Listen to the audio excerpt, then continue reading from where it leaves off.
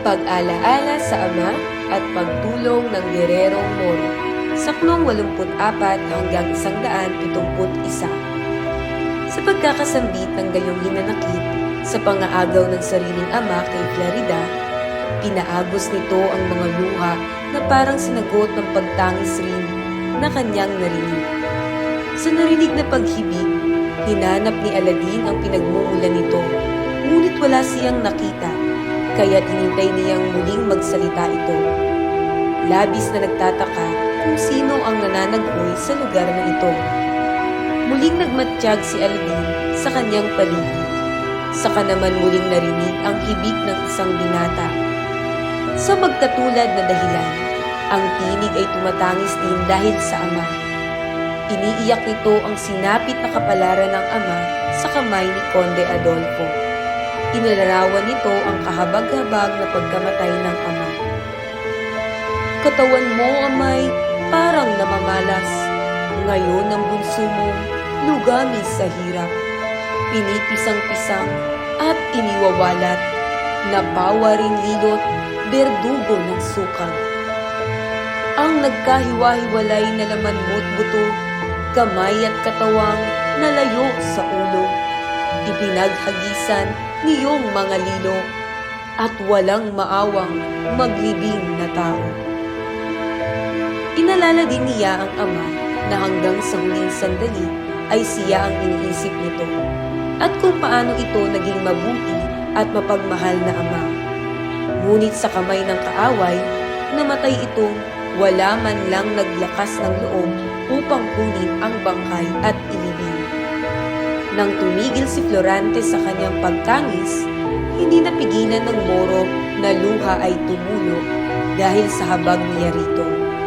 Hindi rin naiwasan itong ihambing ang ama at umasam na mapag-ukulan din siya nito ng kaparis na pagmamahal ng taong nananambitan. Ngunit simula noon, ang luhang inuukol niya sa ama ay hindi dahil sa pag-ibig, kundi pagdurusa. Ang tanging palayaw pang naaalala sa ama ay ang pag-agaw nito sa kasintahan at pagnanais na makipil ang kanyang buhay.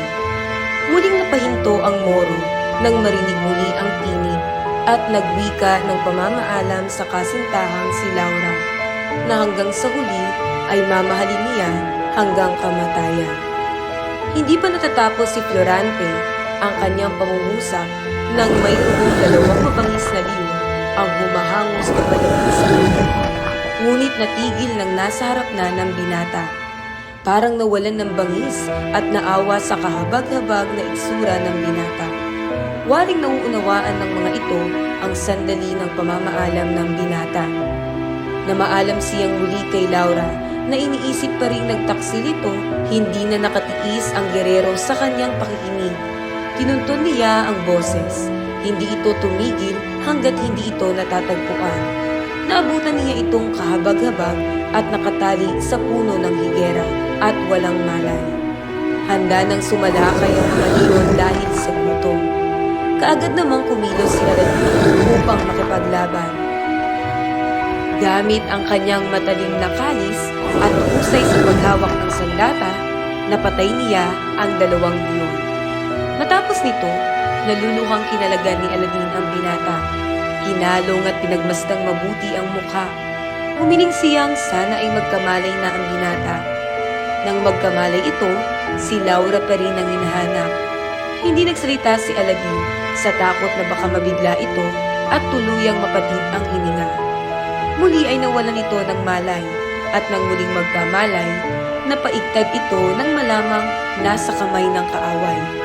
Sumagot ang Gerero at sinabing huwag siyang mag-alala at siya'y ligtas na sa kapahamakan. Sinabi rin niya na bagamat magkaiba ang kanilang bayan at relihiyon, hindi niya matiis na hindi tulungan ang binata. Nang marinig ito ni Florante, napabuntong hininga ito.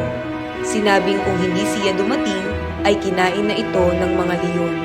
Ngunit payapa na rin naman ang kanyang dibdib. Hindi niya hinahangad ang awa at handa nang mamatay sa kamay ng kaaway dahil sa dinadalang hirap at sakit ng kalooban. Nang marinig ito ng Moro, Napahiyaw ito sa labis na awa sa binata. Magdamag na walang malay ang binata. Nang sumikat ang araw, ay binuhat ng morong gerero ang naghihinang katawan ng binata. Bumalik siya sa unang lugar na pinuntahan. Inihiga si Florante sa malapad at malinis na bato. Kumuha ng pagkain ang moro sa baong dala at pilit na pinakain si Florante.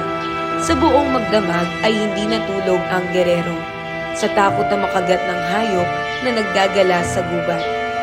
Nang umaga ay nagkaroon ng lakas ang binata at sa tuwa ng moro ay niyakap niya ito.